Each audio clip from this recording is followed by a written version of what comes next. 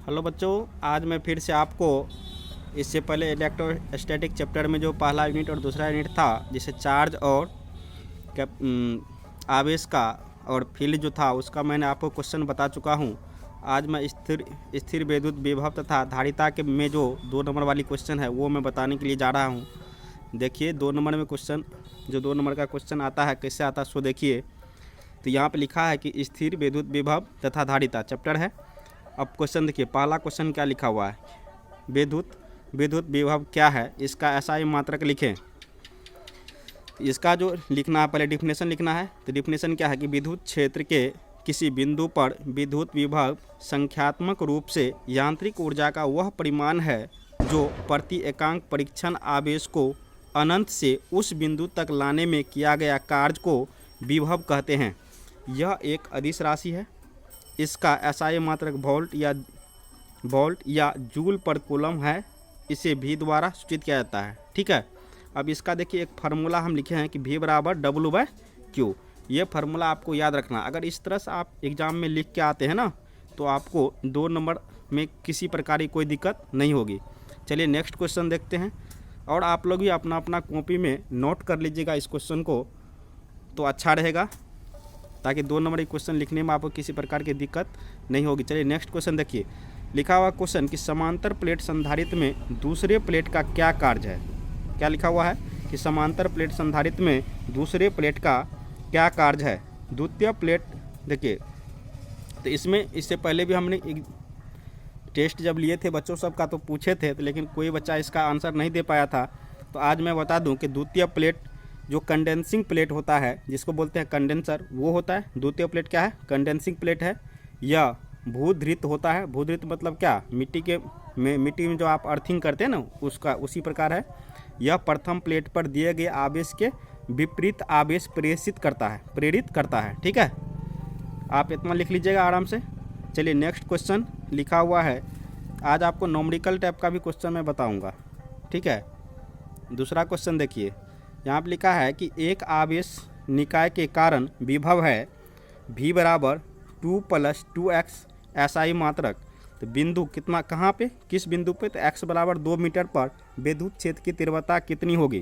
क्या पूछ रहा है कि x बराबर 2 मीटर विद्युत क्षेत्र की तीव्रता कितनी होगी।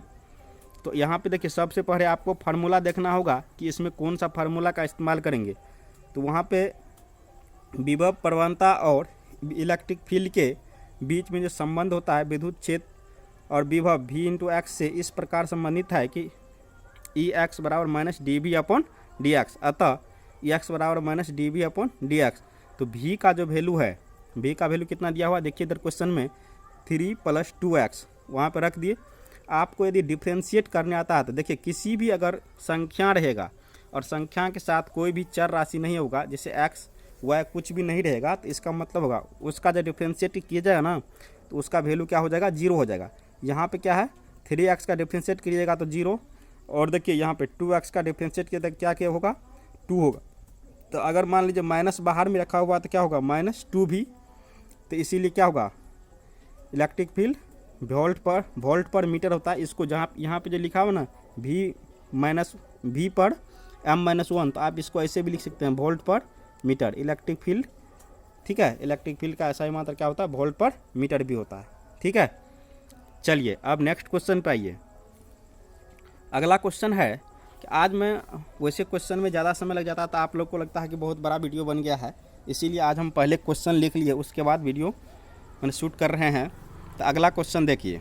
अगला क्वेश्चन क्या है, नेक्स्ट क्वेश्चन है कि एक संधारित्र, क्या लिखा हुआ है? एक संधारित्र जिसका विभव V तथा धारिता C है, तो उसका विद्युत ऊर्जा क्या होगा। ये सब क्वेश्चन जितना हम बता रहे हैं ना, ये 2 नंबर का क्वेश्चन है। ठीक है, ये 2 नंबर में आएगा। तो क्या लिखा हुआ? एक संधारित्र जिसका विभव V तथा धारिता C है, तो उसका विद्युत ऊर्जा क्या होगा। एक संधारित्र जिसका विभव V, हम लिखे आंसर में, एक संधारित्र जिसका विभव क्या है? V। वही सेम लिख देना है जैसे क्वेश्चन में लिखा वही, तथा संधारित्र C है, तो उसका विद्युत ऊर्जा का मान होगा। आप फार्मूला पढ़े हैं कि E बराबर 1/2 Q²/C, लेकिन Q बराबर क्या होता है? Q बराबर होता है C × V, और C बराबर निकालेंगे तो क्या हो जाएगा? Q/V। तो यहाँ पे रखिएगा क्यू का वैल्यू जहाँ पे क्यू स्क्वायर है ना वहाँ पे रखिए, तो सी रखेंगे, सी इंटू वी, तो क्या हो जाएगा सी स्क्वायर वी स्क्वायर अपन सी। तो यहाँ पे क्या हो जाएगा सी से ये सी और ये स्क्वायर क्या हुआ कैंसिल हो जाएगा, तो क्या बच जाएगा 1/2 सी वी स्क्वायर। तो याद हो गया कि संधारित्र जिसका विभव का ऊर्जा का फार्मूला क्या होगा, विद्युत ऊर्जा का विभव का फार्मूला क्या होगा संधारित्र के टर्म में, हाफ सी वी स्क्वायर। याद हो गया आप लोग को। इस तरह से ये क्वेश्चन, और आप लोग कॉपी में सब लोग नोट कर लीजिएगा क्वेश्चन को, ठीक है, नहीं तो बार बार मान लीजिए यूट्यूब खोल के देखने से तो अच्छा है कि नोट कर लीजिएगा तो अच्छा रहेगा। चलिए एक क्वेश्चन है, एक क्वेश्चन यहाँ देखिए क्या लिखा हुआ क्वेश्चन लिखा है कि अध्रुवित एवं ध्रुवित परावैद्युत क्या है। क्या लिखा है, ध्रुवित एवं अध्रुवित परावैद्युत क्या है। तो क्या बोलेंगे, अध्रुवित परावैद्युत वह परावैद्युत जिसमें सभी धनात्मक आवेशों का केंद्र तथा सभी ऋणात्मक आवेशों का केंद्र एक बिंदु पर स्थित होता है उसे अध्रुवित परावैद्युत कहते हैं। क्या लिखा हुआ है, वह परावैद्युत जिसमें सभी धनात्मक आवेशों का केंद्र तथा सभी ऋणात्मक आवेशों का केंद्र एक बिंदु पर स्थित होता है उसे अध्रुवित परावैद्युत कहते हैं। Example CH4 methane, oxygen, nitrogen ETC। ठीक है, आप देखिए ध्रुवित प्रकाश में देखिए, ध्रुवित परावैद्युत में देखिए। ओ यार क्या बताएं, इधर इतना गाड़ी घोड़ा चल रहा है दिमाग खराब कर दे रहा है।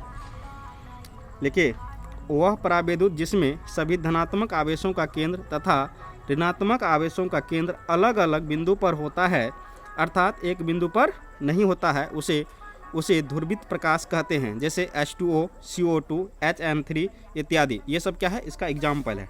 ठीक है, चलिए नेक्स्ट क्वेश्चन। आज ये लंबा नहीं जाएगा ये वीडियो, आप लोग को ही फायदा होगा। अगला क्वेश्चन देखिए, लिखा हुआ है कि यदि बराबर धारिता के 3 संधारित्र श्रेणी क्रम में जोड़े जाते हैं, क्या बोल रहा है बराबर, जिसका मतलब धारिता सबका बराबर है, 3 है लेकिन सबका बराबर है। यदि बराबर धारिता के 3 संधारित्र श्रेणी क्रम में जोड़े जाते हैं तो उनकी परिणामी धारिता 6 माइक्रोफैराड है।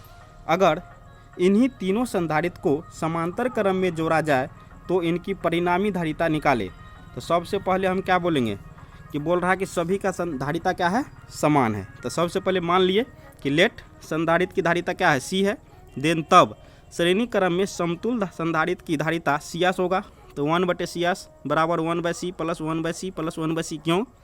क्यों इस तरह से लिख रहे हैं, सब का 1/C ही लिख रहे हैं, इसलिए लिख रहे हैं कि सब का बोल रहा है क्वेश्चन में धारिता क्या है सभी का, तीनों संधारित्र का बराबर है, इसीलिए 1/C plus 1/C plus 1/C लिख दिए। ठीक है, तो यहाँ पे क्या हो जाएगा कि 1/C 3/C, तो C बराबर क्या होगा 18 माइक्रोफैराड निकल गया, 18 माइक्रोफैराड निकल गया। आप क्या कीजिएगा, क्या बोल रहा है क्रम में जोड़ा जाए तो इन्हीं तीनों संधारित्र को समांतर क्रम में जोड़ा जाए तो इनकी परिणामी धारिता निकालें। तो बोलिए तो इसमें से क्या हो जाएगा। हाँ बच्चों बताइए अगला। अब देखिए आपको श्रेणी क्रम में प्रत्येक संधारित्र का क्या हुआ धारिता निकल गया ना, अलग अलग का कितना है 18 दिया हुआ। अब श्रेणी क्रम तो वो हो गया, संधारित्र में तो संधारित्र में क्या लिखिएगा, हम संधारित्र आप लोगों के लिए छोड़ दिए थे। समांतर क्रम में समानांतर, तो क्या हो जाएगा समांतर में क्या होगा CP बराबर 3C। तो 3C यहाँ पे दिया हुआ है, तो 3C क्या हो जाएगा CP बराबर 3 या गुना 18, 18 कितना होता है 54 माइक्रोफैराड हो जाएगा। ठीक है, आप आराम से कॉपी फ्रेश में कर लीजिएगा, इसका कितना होगा 54 माइक्रोफैराड होगा। चलिए नेक्स्ट क्वेश्चन देखते हैं, ये लास्ट क्वेश्चन होगा। नेक्स्ट क्वेश्चन देखिए क्या लिखा हुआ है, धातु के 9 सेंटीमीटर त्रिज्या वाले गोले पर 4 गुना धातु के 9 सेंटीमीटर लिखा हुआ है, यहाँ कितना लिखा हुआ है 9 सेंटीमीटर त्रिज्या वाले गोले पर 4 गुना 10⁻⁻6 कूलम आवेश दिया गया है, चालक के आवेश की स्थितिज ऊर्जा क्या होगी। तो सबसे पहले क्या दिया हुआ रेडियस दिया हुआ ना, त्रिज्या मतलब क्या होता है रेडियस, तो रेडियस कितना है R बराबर 9 सेंटीमीटर, तो सेंटीमीटर को क्या कीजिएगा मीटर में चेंज कर दीजिए। तो क्या कर दिए 9 गुना 10⁻⁻2 मीटर कर दिए। अब आपको सबसे पहले इससे पहले हम क्या कहते हैं स्थितिज ऊर्जा का फार्मूला बताए हैं, तो स्थितिज ऊर्जा का फार्मूला क्या होता है 1/2 कूलम 1/2 सी वी स्क्वायर, इसी फार्मूला को आप अगर चेंज कीजिएगा फिर से तो क्या आ जाएगा, क्यू स्क्वायर बाय 2c। ठीक है, हम इसमें क्योंकि हमको भी नहीं दिया हुआ है इसीलिए हम क्या दिया हुआ, आवेश दिया हुआ है, तो हम आवेश के टर्म में लेके जाएंगे इसको। तो आवेश के टर्म में जब ले जाएंगे तो क्या हो जाएगा, क्यू स्क्वायर बाय 2c। तो क्यू स्क्वायर और c देखिए यहाँ पे क्या है, c तो क्या लिखा हुआ है, गोलेन लिखा हुआ है।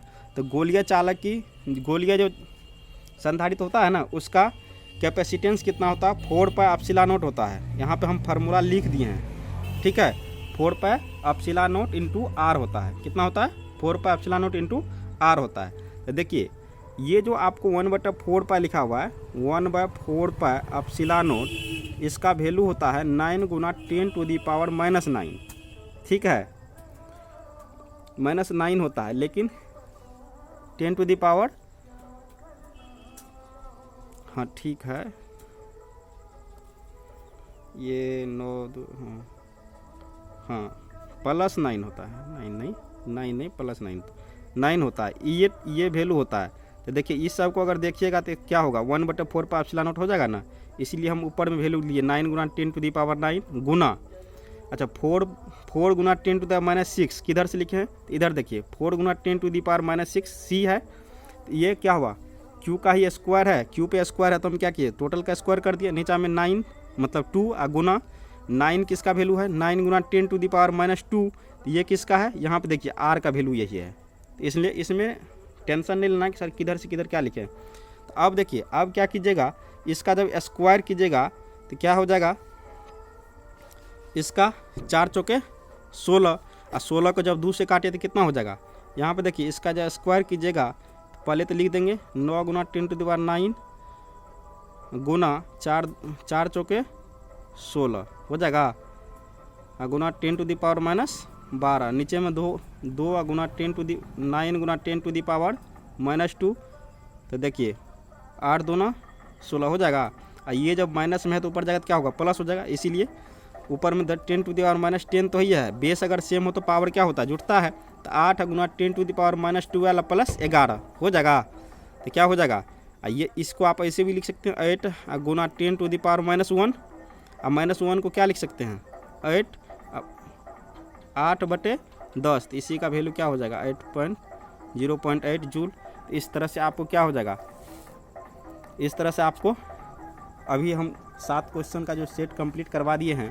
तो आप लोग क्या कीजिएगा कि इसको अपने दोस्तों में भी शेयर कीजिएगा, और वीडियो जब आपको अच्छा लगे तो क्या कीजिएगा, लाइक कीजिएगा। ठीक है, हमें कमेंट भी कीजिएगा, अगर कोई क्वेश्चन में आपको कोई प्रॉब्लम हो तो हमें कमेंट कीजिएगा, और अपने दोस्तों में शेयर भी कीजिएगा, और हमारे चैनल को SK फिजिक्स जो है इसको सब्सक्राइब भी कीजिएगा, क्योंकि हम चाहते हैं कि 12th में आपको 400+ नंबर आने की संभावना रहेगी अगर आप हमारे चैनल से जुड़ते हैं। इसके बाद आपको हम बायोलॉजी फिजिक्स का जब क्वेश्चन कंप्लीट हो जाएगा तो बायोलॉजी का भी क्वेश्चन बताएंगे, केमिस्ट्री का भी क्वेश्चन बताएंगे। ठीक है, तो इसीलिए आप हमारे चैनल से ऑब्जेक्टिव का भी क्वेश्चन दिया जाता है। तो आप लोग जुड़िए और अधिक से अधिक दोस्तों में शेयर भी कीजिए। जय हिंद, जय भारत, और छठ पर्व की आप सभी को बहुत बहुत बधाई, शुभकामना। Thank you.